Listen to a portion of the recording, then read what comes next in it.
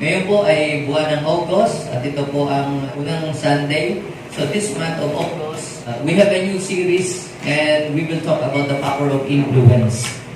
Pag-usapan natin ang kapangyarihan ng influence sa buhay natin at sa lahat ng ating mga ginagawa, maging ito man ay salita o maging ito man ay ating mga ugali. So ngayon pong umagang ito, ang pamagat ng mensahe na ating pong pag-uusapan ay let God influence your life. Sabihin mo nga sa iyong katabi, let God influence your life. Kung gusto mo na mayroong mag-influensya sa iyo, yun ay dapat ay ang Diyos.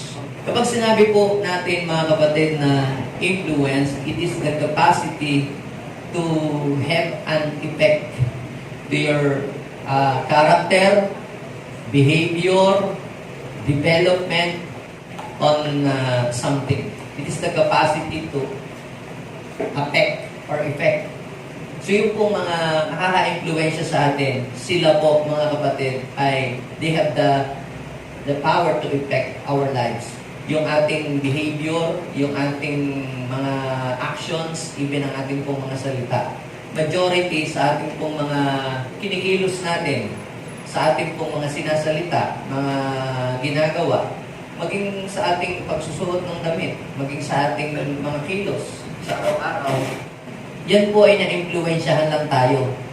Maaaring yung kasambahay natin, maaaring yung mga kaibigan natin, yung mga tao lagi nating kasama, tayo ay na-influensyahan ng mga kaklase natin, katrabaho natin, o kaopisina, o maging kasamahan din sa church. Maging yung iba ay dahil sa social media na lagi po nila pinapanood, sila po ay na-influensyahan noon. Maging yung paraan po ng pag-worship sa church, tayo po ay na-influensyahan. Dati naman, di naman tayo nag-worship kay God, pero dahil na-influensyahan tayo, ay nahikayat na rin tayo na tayo ay mag-worship. Maging ikaw, wala ka naman sanang balak na pumunta dito may nag-influensya sa iyo na umattend tayo ngayon ng service at makinig tayo ng salita ng Diyos at tayo mag-worship kay God. Kapatid, ikaw ay na-influensyahan. At masasabi ko na nag-influensya sa iyo, kaya nandito ka ngayon, is a good influencer. So sila po ay good influence. Sa kabilang banda, kung nahikayat ka naman sa paggawa ng kalikuan o paglayo sa Diyos, o ikaw ay gumawa ng illegal, they are bad influence. Yung iba naman ay na-influensyahan na sila ay magpatato, maglagay ng mga tato sa kanilang katawan. Kaya ngayon, ang daming mga nauuso ngayon yung mga tato. Bakit? Dahil nung panganak ka naman, wala ka naman nun. Pero bakit ngayon ay ang dami mong tato sa katawan? May nag-influensya sa iyo, kaya ikaw ay nagpatato. O yung iba naman, naglalagay sila ng mga hikaw, hindi hikaw sa ilong, naglalagay sila ng hikaw sa dila. Ano yun? Basta na lang dumating sa isip ko na maglagay ka ng hikaw sa ilong at sa dila. Ay dati naman ay sa tenga lang nilalagay. Yung iba nga sa pet pa nga nilalagay iba sa puso. Bakit?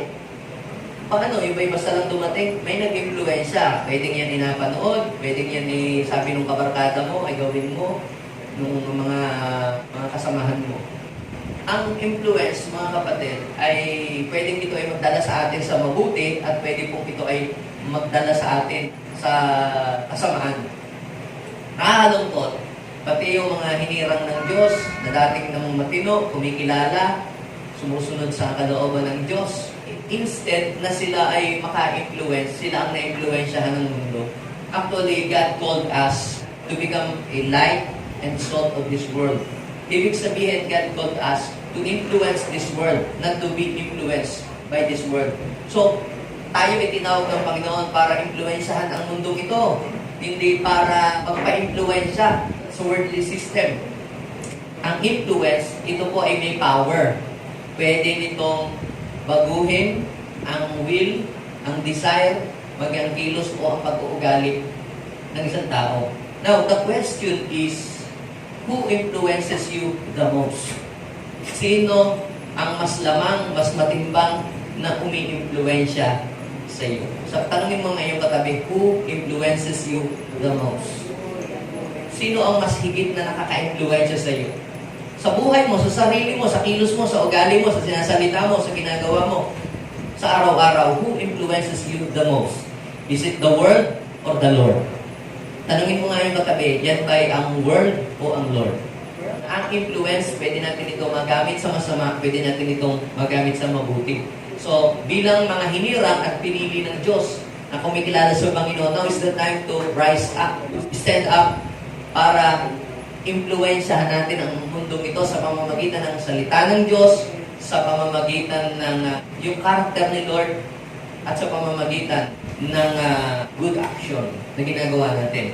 Samahan po ninyo ako sa 2 Corinthians chapter 5, verse 17. Okay, basahin po natin. And therefore, if anyone is in Christ, kahit sino, if anyone is in Christ, yan man ay masamang tao, o medyo masama ng konti, o yan man ay taong hindi magandang ugali, o yan man ay taong mabait, o yan may taong masungit, o yung mga taong yan ay hindi mabuting tao. Sabi doon, if anyone is in Christ, he is a new creation.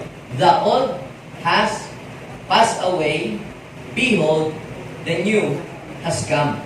So, nasa sa atin, mga kapatid, ang pagpapahintulot o ang permission kung sino ang gusto mong mag-impluensya sa iyo, sa buhay mo, sa sarili mo. So, ibig sabihin, nasa iyo ang permission and decision. Gusto mo bang ma-impluensyahan ka noong mga manginginom? So, nasa iyo ang permission ng mga mahilig magsugal? O gusto mo bang ma-impluensyahan ka ng mga taong palamura sila? O gusto mo bang ma-impluensyahan ka ng mga negative people? Gusto mo bang ma-impluensyahan ka ng mga taong walang pagkakilala sa Diyos? So, nasa sa iyo ang pagpili. Nasa sa iyo ang desisyon. It is a matter of decision kung sino yung papahintulutan natin na mag-impluensya sa ating buhay, sa ating sarili, sa ating pagkatao. Sabi ng Bible, therefore, if anyone is in Christ, he is a new creation. The old has passed away, behold, the new has come. So, tatlong mahalagang bagay. When you allow God to influence your life, una, your life will change. Ang buhay mo magkakaroon ng pagbabago. Ang buhay mo ay mababago kapag ikaw ay na-influensyahan ng Diyos. Ha? Kita nyo, meron pa kayong mga tao na dating mabait naman sila, mabuti naman silang makisama, o mabuti silang makitungo. Nung may makabarkada silang taong hindi good influence, biglang sumungit, biglang pumangit ang ugali. Dati magalang sa magulang, biglang ngayon ay wala ng galang. Dati nag-bless pa, ngayon hindi na. O maaaring may naka-influensya sa kanya ng ganong pag-uugali na ito ay na-absorb niya. Sometimes, ang isang tao ay nai-influensyahan nang hindi niya nalalaman. Ha? Kasi kung sino yung matagal mong kasama at lagi mong sinasamahan, yan ang madalas nakaka-influensya sa iyo. Kung hindi ikaw yung maka-influensya, pwedeng ikaw yung ma-influensyahan. When you allow God to influence your life, una, your life will change. Sino dito ang gustong mabago pa ang buhay niya? O sino dito ang tinatanggap niya sa kanyang sarili na mayroon pang kailangang mabago sa kanya? So, para may mabago sa iyong buhay, you must allow God to influence your life. Yung mabago na bumuti pa, pero naman taong nabago na sumama, lalong pumangit. Anong pagbabago ang gusto mong mangyari sa buhay mo? Yung pagbabagong magiging kang worse o yung pagbabagong magiging kang good person? So, when you allow God to influence you, your life will change. Mababago. The old self, yung lumang ikaw, yun ay mawawala yun. At pangatlo, you will become a brand new person. Hindi ka na daw magiging katulad noong dati. Yung pong influence, hindi ho yan nagaganap ng overnight. Ha? Ito ay habang tumatagal, nakasama mo ang isang tao o ang isang grupo, ay may influensyahan ka kung sino sila. Meron pong tatlong pangunahing bagay how to be influenced by God. Paano tayo mai-influensyahan ni God ang buhay natin. ano yung influence na gusto natin ma-influence sa buhay natin. So, number one, let God influence your life with His character. Tatanungin ko po kayo, ano po ang gusto ninyong character na ma-impart sa inyo? Kung kayo po ay gusto ninyong kayo ay matransferan. Hindi naman po masama makipagkaibigan. Hindi po masama ang makipagkilala. Pero, the best thing na dapat po natin gawin ay piliin natin kung sino yung maging kasama natin na matagal. Kung saan tayo mag-i-spend ng maraming oras ng mas matagal. Kaya meron kang mga kakilala, meron kang kaibigan, at meron kang best friend. Yung mga kakilala, hindi ka masyadong makikipagbabad sa kanila, di ba? Kakilala mo lang, hello. Yung mga kaibigan mo, hindi ka masyadong nag-i-spend ng maraming oras. Yung mga talagang mga best friend mo, doon ka talaga nag-i-spend ng maraming oras sa kanila. At kaya kung halimbawa, ang mga kaibigan mo ay mahilig silang uminom, mahilig silang mag-smoke, hindi po pwedeng hindi ka nila may influensyahan. Am I right? So, yung pagbibisyo, mga kapatid, is not a command. Hindi sinabi ba ng tatay mo, anak, pag laki mo magbibisyo ka? Sinabi ba ng nanay mo na, anak, pag ikaw ay, magiging ikaw ay isang maglalasing pag laki mo? Wala namang nagtuturo ng gano'n. Pero, bakit ito ay kusa na lang dumadating sa buhay ng isang tao? Hanggang siya ay maging addict sa isang bagay na yun. Tapos hirap na siyang tanggalin yun sa sarili niya. Pwedeng ito ay pagsusugal, or pwedeng ito ay paggawa ng hindi mabuti. Yun ay na-influensyahan lamang siya ng mga taong merong ganong klase ng buhay o pag-uugali. Ang tawag po dyan ay transference, na i-transfer ito sa kanya. So, ngayon, pag sinabi natin God's character, ano ba ang Diyos? Sino ba siya? Ang Diyos ay mabuti. Sabihin natin, ang Diyos ay mabuti. Naniniwala po ba kayo na ang Diyos ay mabuti? If God is good, His goodness will transfer to you. Kapag na-influensyahan ka ng Diyos, yung kabutihan ng Diyos, ayan ay lilipat sa iyo. Ang Diyos ay full of compassion. So kung hindi ka maunawain, kapag ikaw ay naging close kay God, ikaw ay magiging compassionate.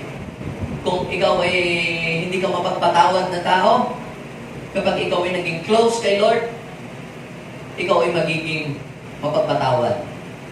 Kung wala kang pag-ibig o kulang ka sa pag-ibig, kapag ikaw ay naging close sa Panginoon, ano ang mangyayari sa iyo? You will become full of love. Kapag ikaw ay naging close sa Diyos, ano ang mangyayari sa iyo? Ikaw ay magiging banal. Makakapabuhay ka ng may kabanalan.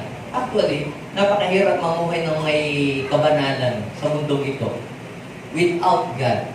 So, yung kabanalan, yan ay kusang dumarating sa buhay ng isang tao kapag ang isang tao ay nagiging malapit na malapit sa Diyos. So, kapag ang isang tao naman ay napapalayo na sa Diyos, yung kabanalan din ay nawawala sa kanyang buhay. Nagiging kabalbalan. Sabi po ng Galatians chapter 5, verse 22 and 23. Basahin po natin. Subalit ang bunga ng Espiritu ay ano daw? Pag-ibig. So kapag ang isang tao ay nasa kanya, ang Espiritu ng Diyos, punong-puno yan ng pag-ibig. May pag-ibig sa kapwa. Kaya, yan pong mga yan, na binanggit dyan sa Galatians chapter 5, verse 22 and 23, yan po yung sign na ang isang tao ay pinananahanan ng Espiritu ng Diyos. Yan ang sign na isang tao ay na-influensyahan ng Diyos ang kanyang buhay. Kaya di po pwede sabihin, ay isang tao, na-filled ng Holy Spirit. Ano ba nangyayari sa kanya? Nangangatal, nangingisay, tapos bumubula ang bibig. Siya ay filled ng Holy Spirit. Hindi yun. Ang palatandaan ng isang tao talaga ay napupuspos ng Espiritu Santo, hindi yung nangangatal, nangingisay, yung lumalakad sa kisame.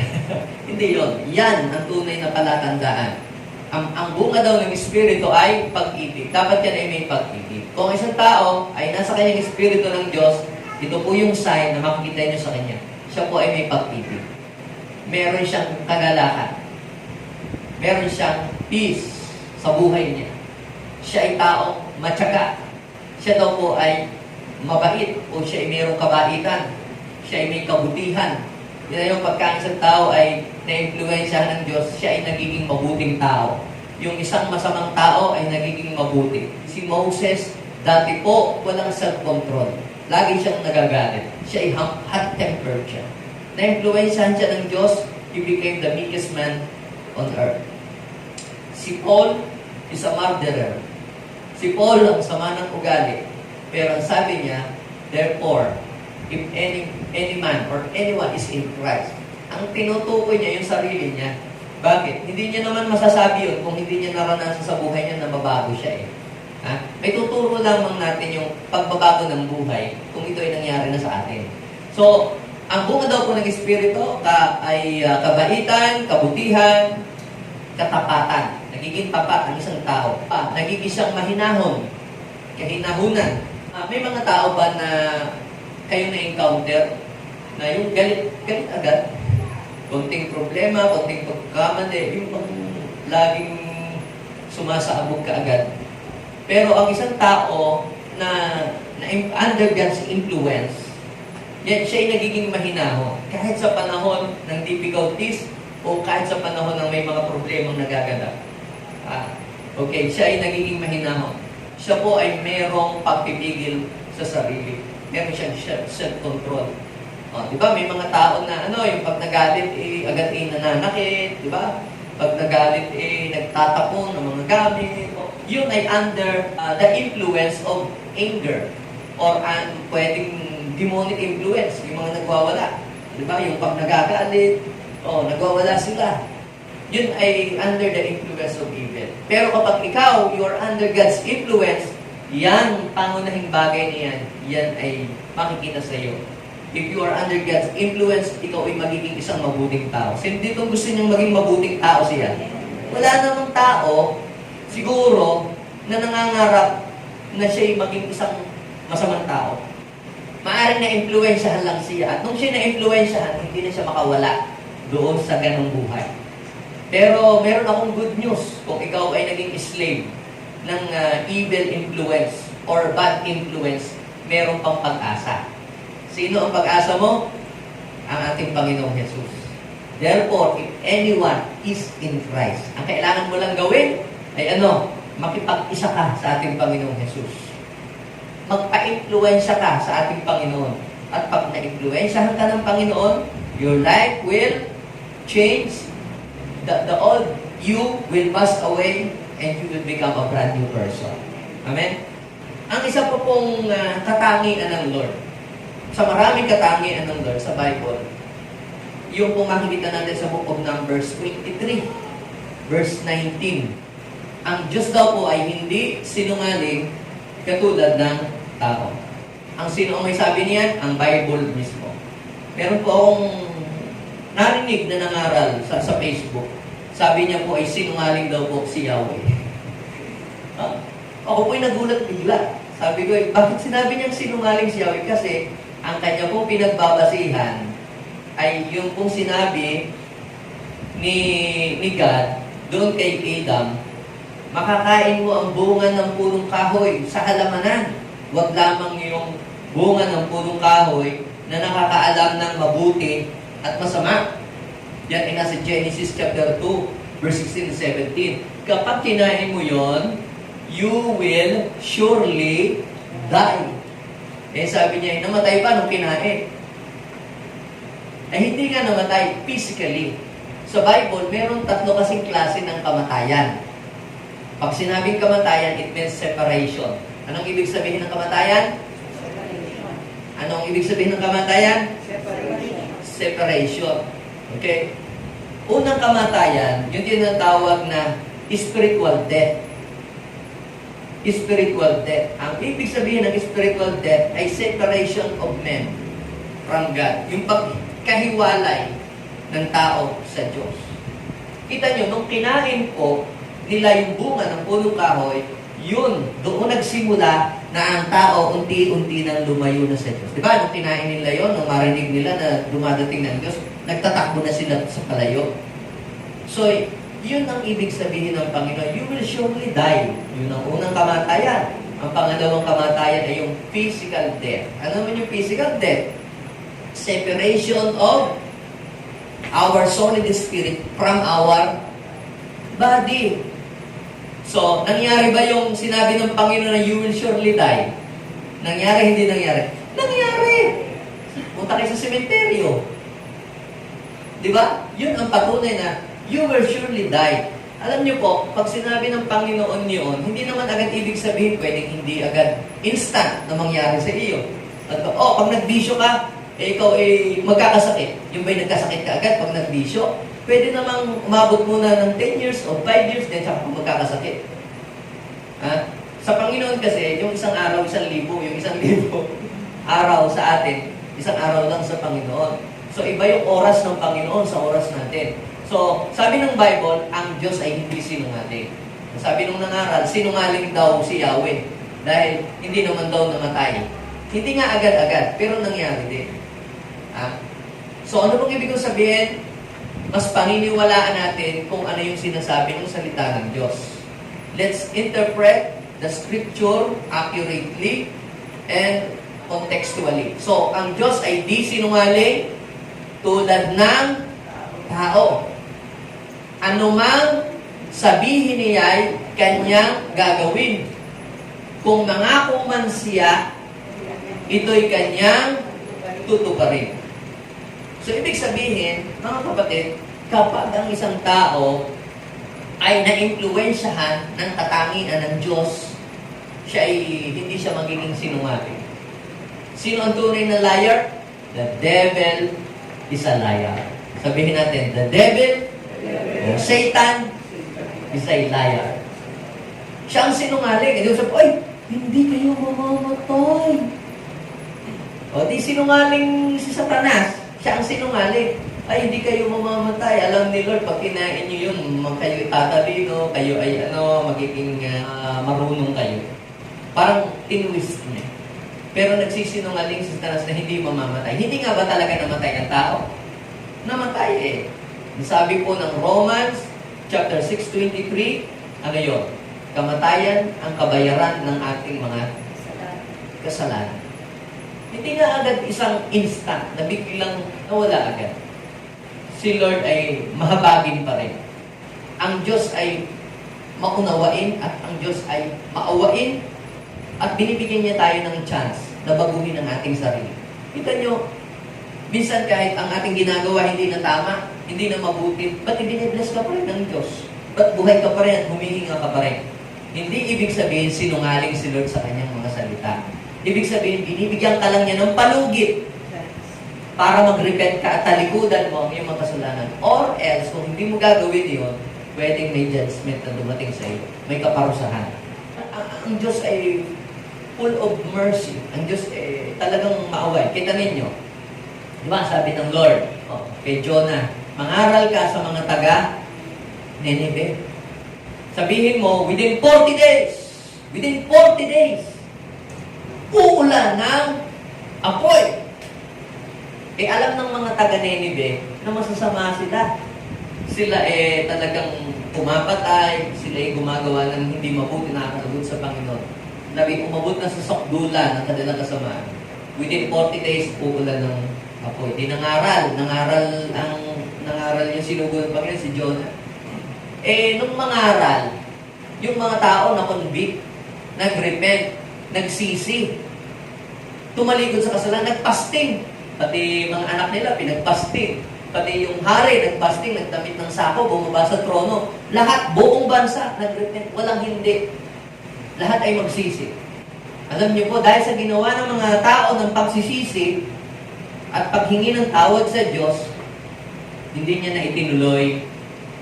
Pagkalipas ng 40 araw, hindi umulan ng apoy. Ang tanong, sinungaling ba ang Diyos dahil hindi umulan ng apoy? Sabi niya uulan ng apoy. Alam niyo po, hindi sinungaling si Lord. Maawain lang siya. At mahabagin doon sa mga taong nagsisisi. Sino ang gustong matuloy na matupok yung mga taga Nineveh? Si Jonah lang naman ang may gusto. Kaya nga ayaw niyang mangaral sa mga taga Nineveh. Bakit? Kasi sila yung mga nagpahamak sa kanilang bansa. sila yung mga umalipin, sila yung sumakot, sila yung pumatay sa kanilang mga kamag-anak. Ba't ko sila papangaralan? Yain nga silang matupok ng apoy at magkamatay sila. Kita niyo yun, no? Si Jonah is under the influence of his anger. Yung nangingibabaw sa kanya ay galit. Uot doon sa mga taong yun. Pero, ang Diyos, siya ay punong-puno ng pag-ibig, pagpapatawad, at dahil yung mga tao po ay nagsisi, pinatawad sila ng Diyos. Ang sabi ng Bible, ang Diyos ay hindi sinungaling tulad ng tao. Ano mang sabihin niya ay kanyang gagawin.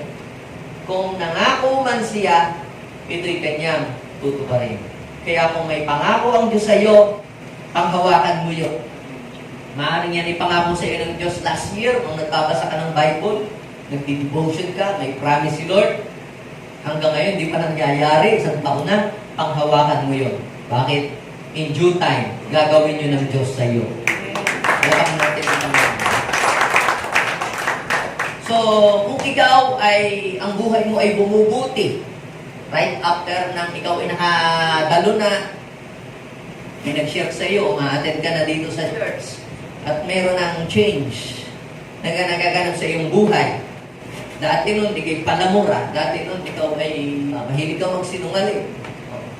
Dati nun, pagka may nakaaway ka, talaga susugurin mo na. Pero lahat ng yun, unti-unti nawawala na sa'yo. Nagiging pasensyoso ka na. Nagiging, compassionate.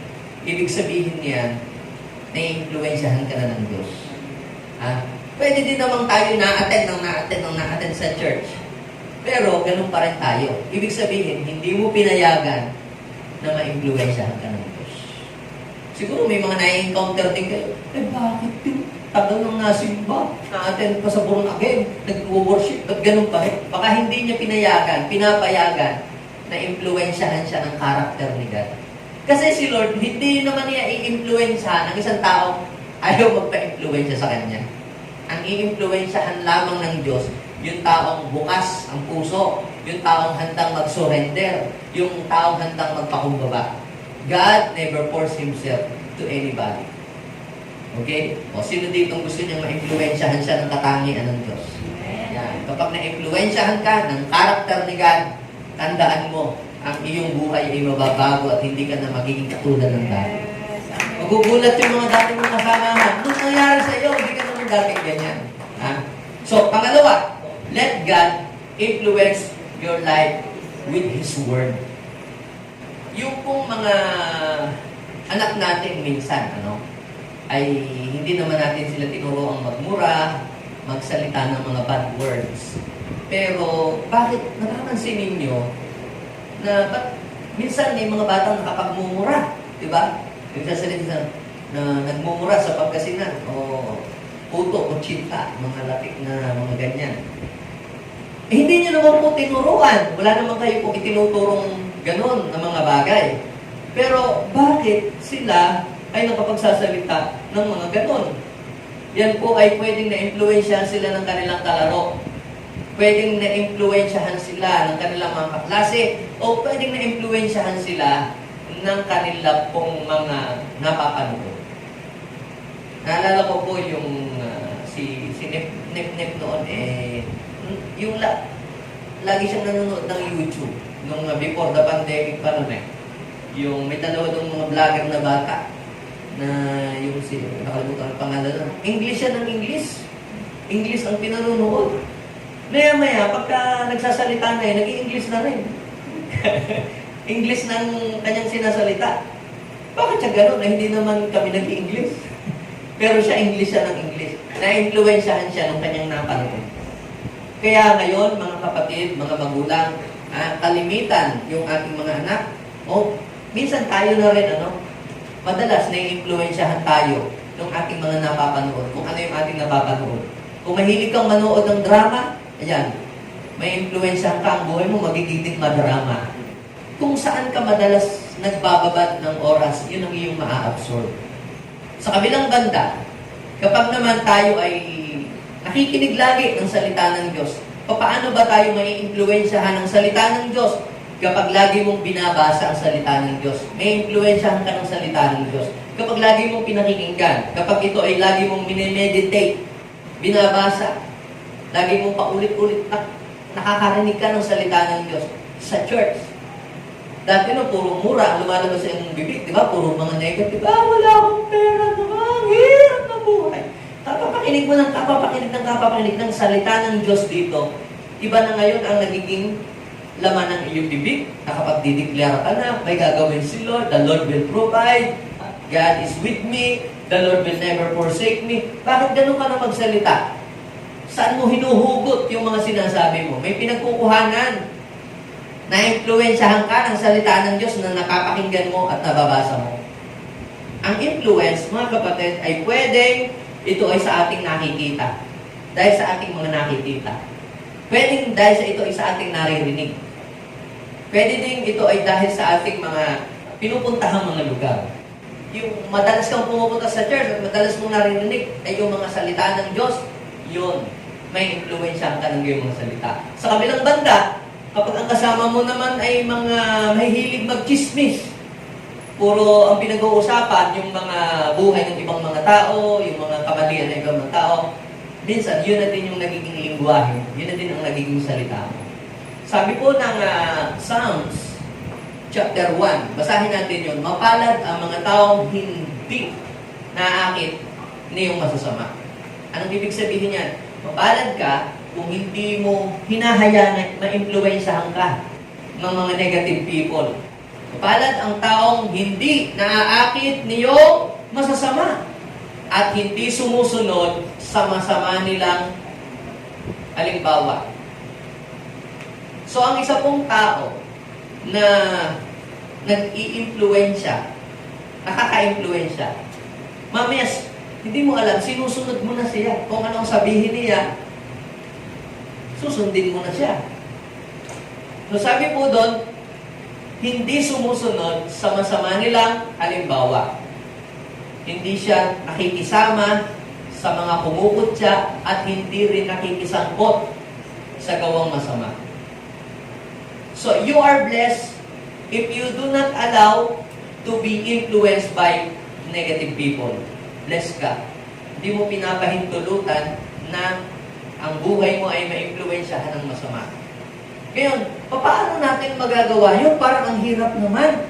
Imagine mo kung ikaw, sa klase ninyo, lahat nagsasalita ng masama, lahat ay nagmumura, tapos ikaw ay hindi. Paano ka? Paano mo mapagtatagumpayan yun? Sabi ng verse 2, basahin po ninyo. Nagagalak siyang magsaliksik ng banal na aral. Ang utos ni Yahweh ang binubulay gabi at araw. Ang salita pala ng Diyos, mga kapatid, kapag ito ay nasa sa atin, nasa sa puso natin, ito ang magiging protection natin sa ating sarili para hindi tayo ma-influensyahan ng masama. Kumbaga sa isda, na merong asin, hindi siya mabubulok, mabipreserve siya. Kasi nilagyan mo siya ng asin. Alam niyo yung mga dyan sa may papuntang bingkit? Ano yung karne? Nila yun eh. Ha? Tapos, tinutuyo nila yun. Sinasabit sa may bintana. Kahit yun ay ilang taon, mas matagal daw, mas masarap. Pero ba't hindi siya nabubulok? Yun nga ang gusto eh, yung may bulok-bulok. Pero hindi talaga siya nabubulok. Bakit? Kasi meron pong asin na nakalagay doon. Imagine nyo kung basta nila isasabit yun na walang asin. Naku, hindi mo tatagal yun ng isang linggo. Uuudin siya. Uuudin. Kakainin siya ng mga uud. Pero ba't tumatagal siya ng kahit ilang taon? Yung mga binibenta dyan sa may malinggas, yung mga tuyo na isda, binibilad. Umaabot ng mga ilang buwan, ilang taon. Bakit hindi inuuod?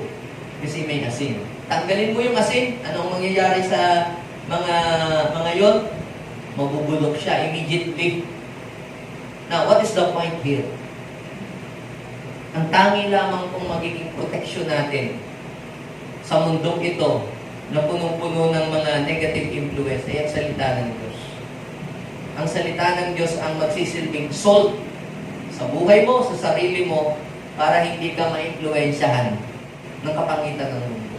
Kung tayo hindi na makikinig ng salita ng Diyos, hindi na tayo magbabasa ng salita ng Diyos, isang araw, magiging worldly na rin tayo.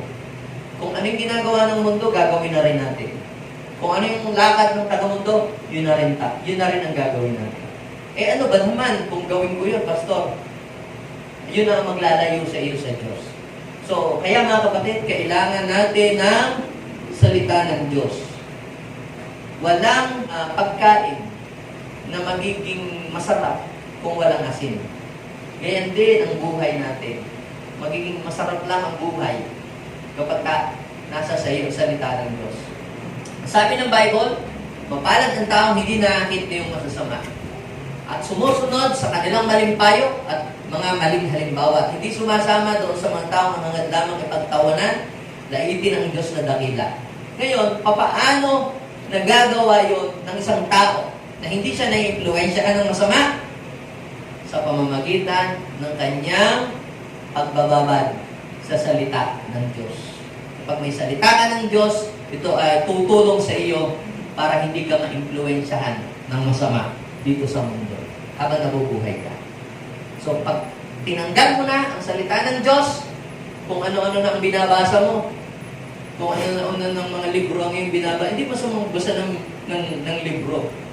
Pero, ang ating pong pinaka-final authority ay ang salita ng Diyos. Yung iba, kaya po sila ay nagiging heretic dahil nagbabasa sila ng mga libro-libro to prove that the Bible is true, to prove that the Bible is right, to prove that the Bible is the Word of God. Mali. Dapat, ang Word of God ay basahin natin para ito ang siyang magiging pamantayan natin kung tama ang sinasabi ng mga nagsulat ng mga librong yun. Huwag po nating baliktarin. Bakit ang dami po ay nalilihis? Kasi, nagbabasa sila ng mga iba-ibang mga libro, nakukonfuse sila, tapos, ang naging conclusion nila, ang Biblia ay mali. Mga kapatid, ang Biblia po ay hindi po ito nagkamali. Ang Bible, ito po ay inspired by God. Ang sabi ng 2 Timothy 3:16, 17. Ito ay inspired by God. Ito ay kinasihan ng Diyos. Ito ay magagamit sa pagtuturo ng katotohanan, pagpapabulaan sa maling aral, pagtutuwid sa ligong landas ng pamumuhay, at pag-aakay sa matuwid na landas ng buhay. Sa gayon, ang mga lingkod ng Diyos ay magiging handa sa lahat ng mabubuting gawain. Kung gusto mo, kung malaman paano mag-business ng tama, basahin mo muna ang salita ng Diyos. Then, magbasa ka ng ibang libro din about business. At pag doon may itinuturo na mali, tinuturo ng Biblia, mas mataas pa rin na dapat ang susundin natin yung sinasabi ng salita ng Diyos. Bakit po mga kapatid? Kung salita po ng Diyos, yan po ay bago pa nilikha ang mundong ito pong salita ng Diyos ay nalikha na. John chapter 1 verse 1. Sa pasimula pa ay naroon na ang salita.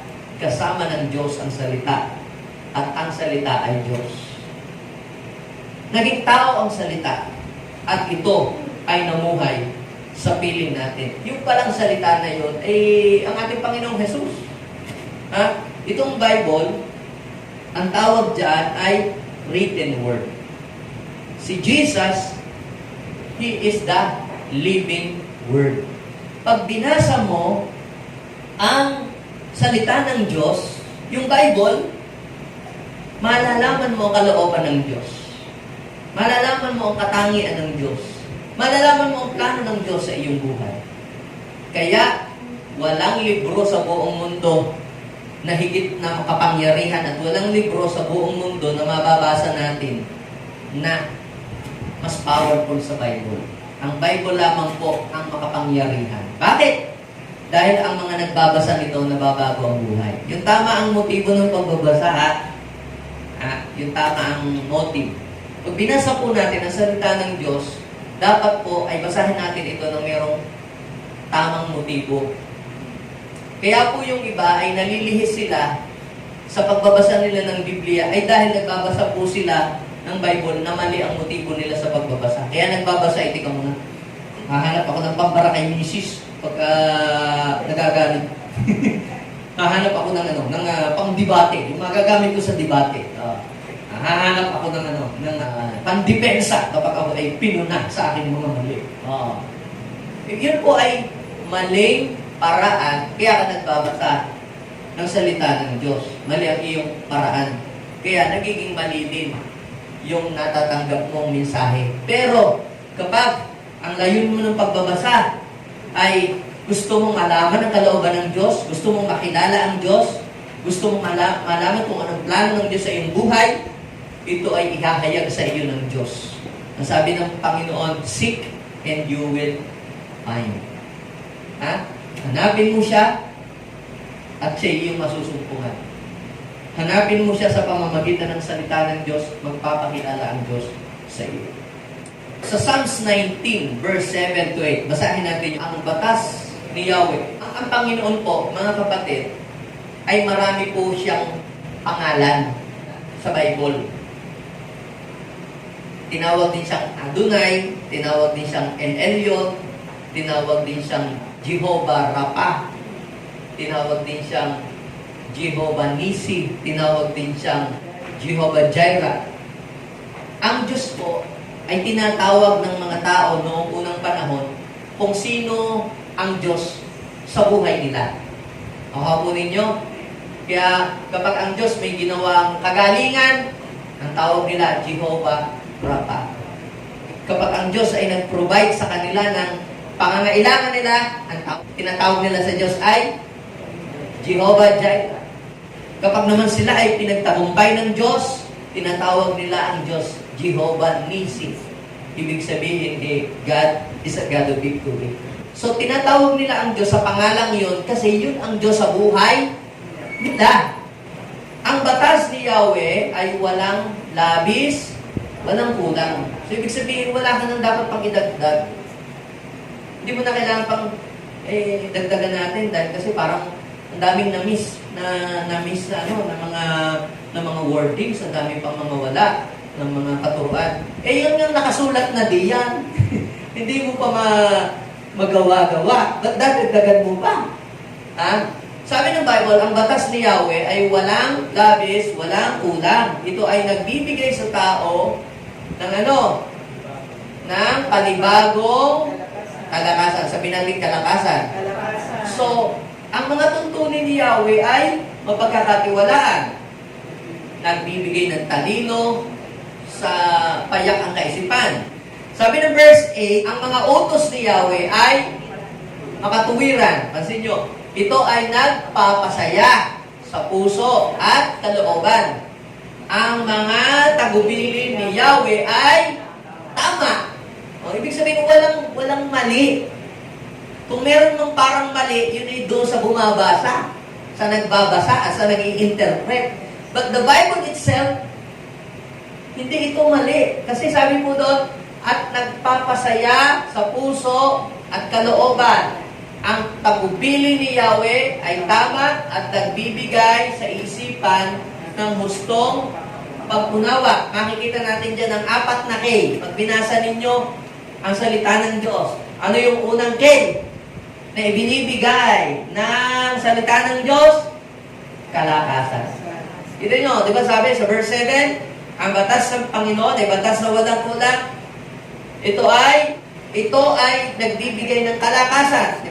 Panibagong kalakasan. So, pangalawang K. Ito ay nagbibigay ng kaalaman o katalinuhan. Kapag binasa mo, tatalino ka, rurunong ka. Anong ibig sabihin noon? Yung matututo ka magdesisyon ng tumpak sa buhay mo kung hindi mo alam ang gagawin. Kapag binasa mo yan, ang iyong desisyon ay magiging maayos. Ano pa? Kasiyahan or kagalakan.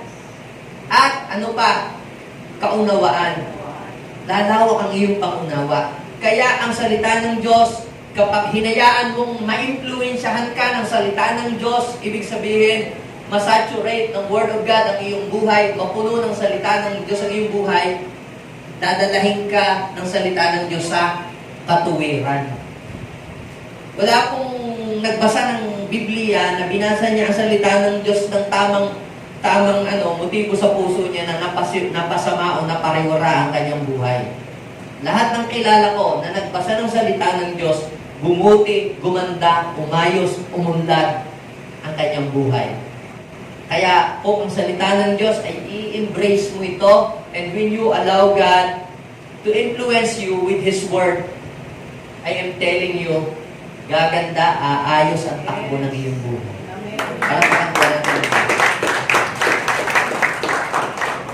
The last thing,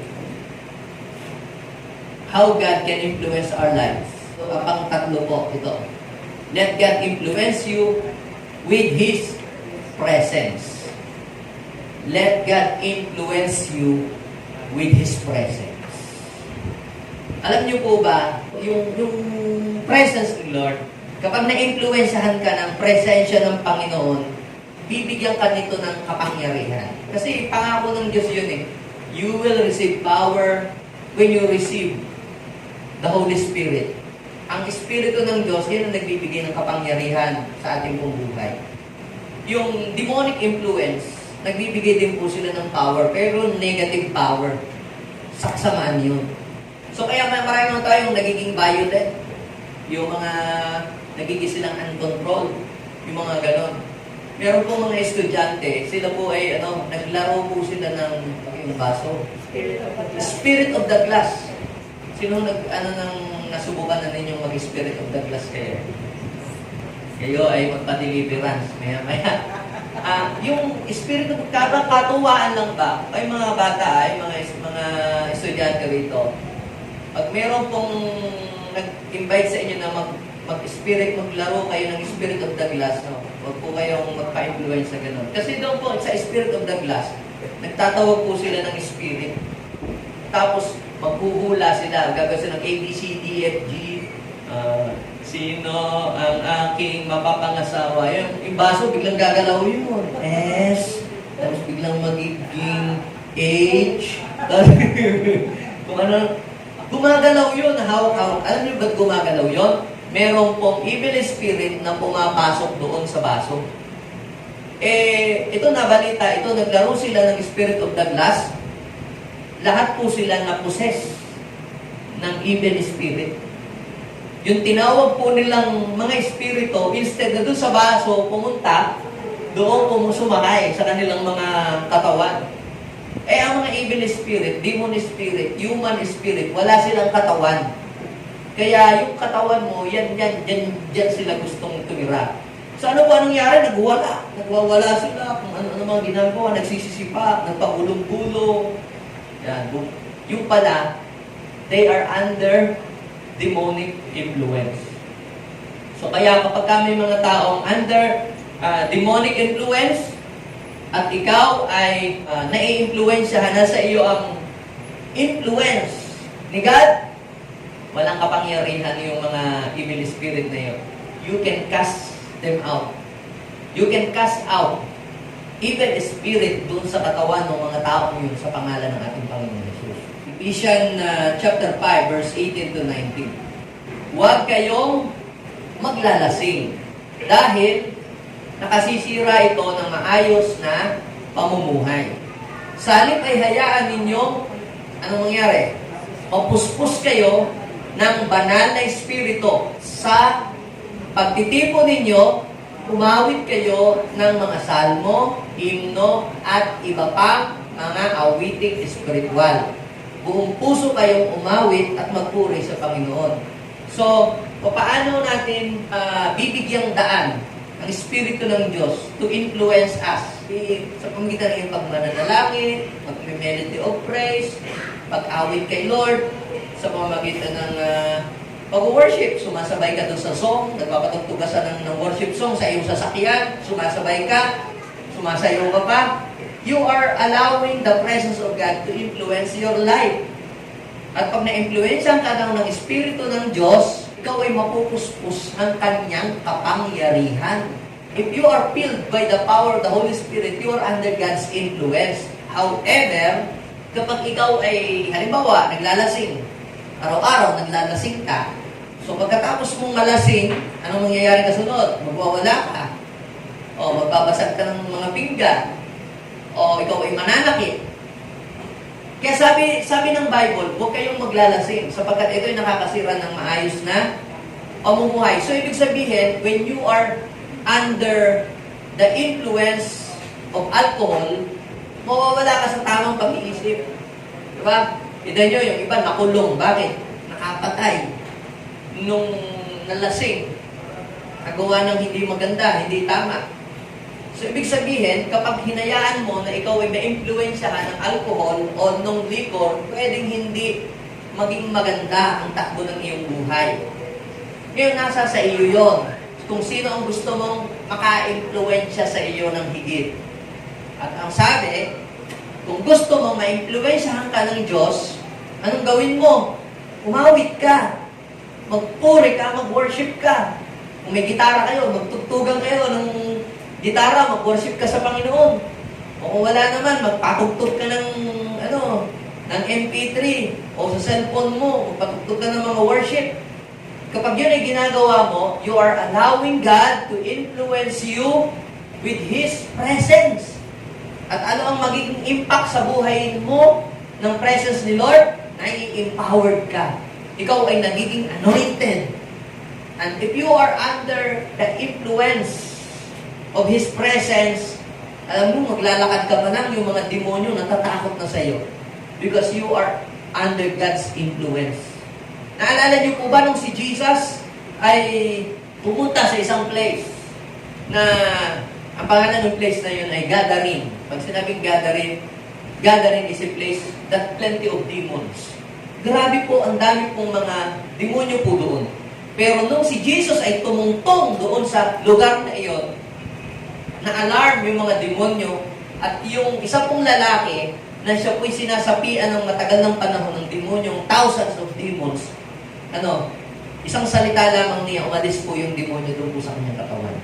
Minsan naman nung si Jesus ay pumasok sa temple, di ba sabi, filled ng Holy Spirit.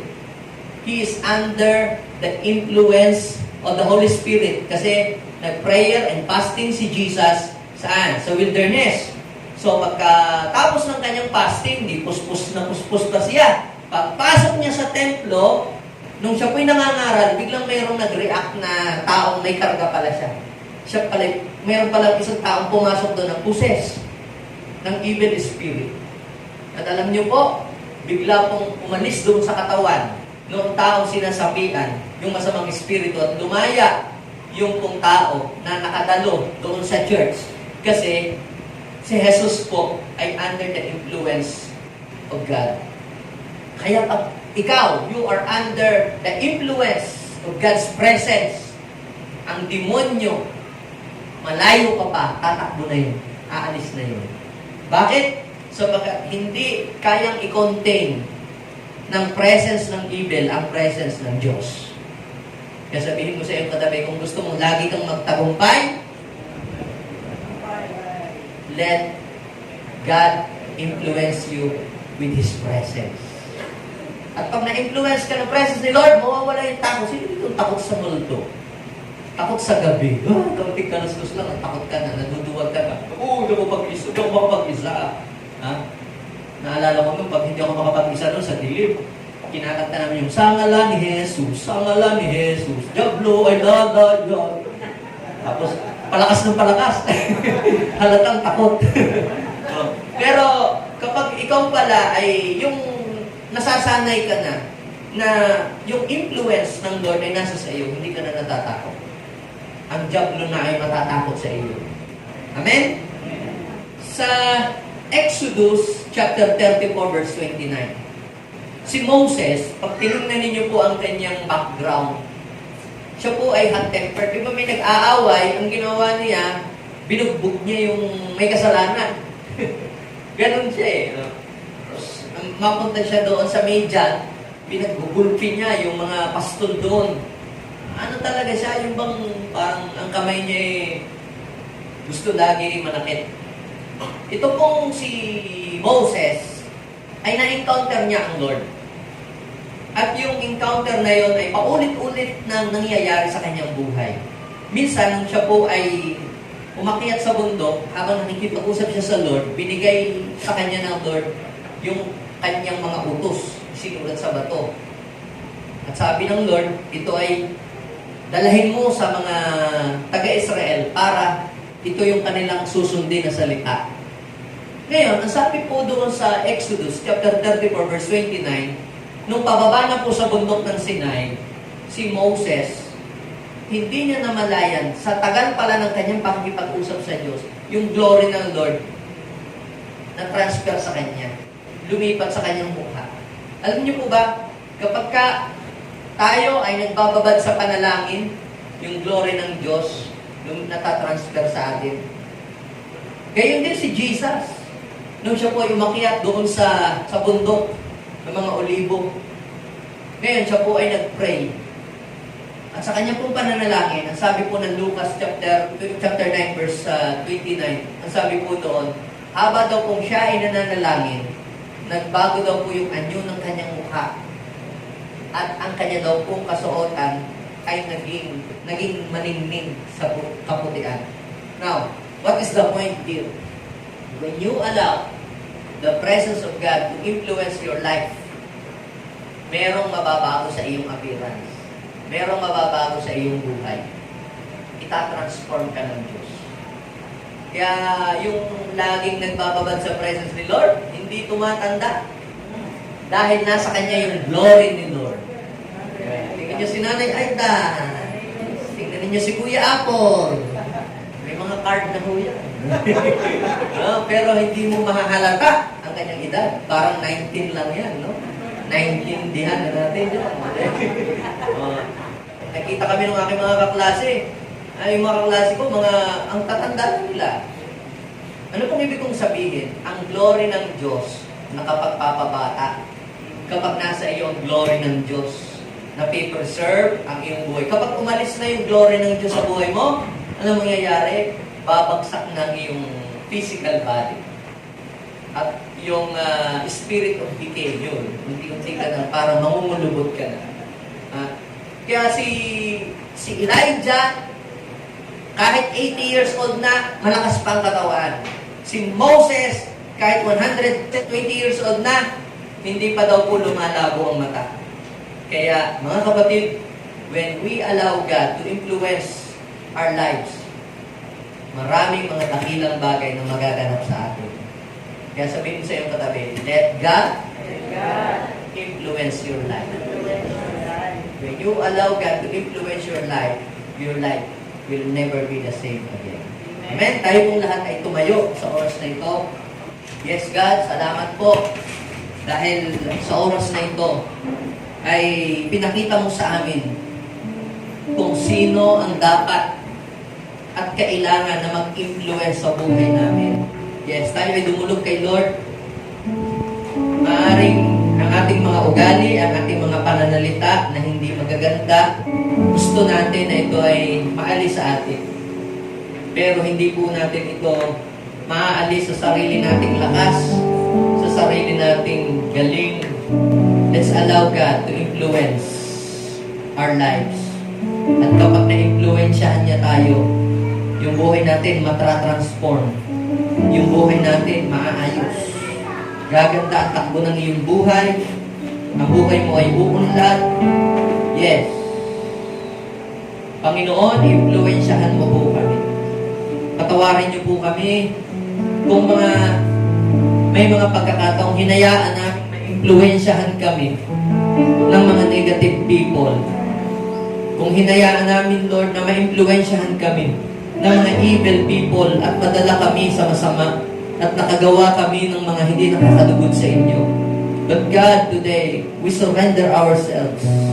Humingi tayo ng tawad kung pinahintulutan natin na tayo ay ma-influensyahan ng masama, ng hindi mga mabuti. Humingi tayo ng tawad kay Lord.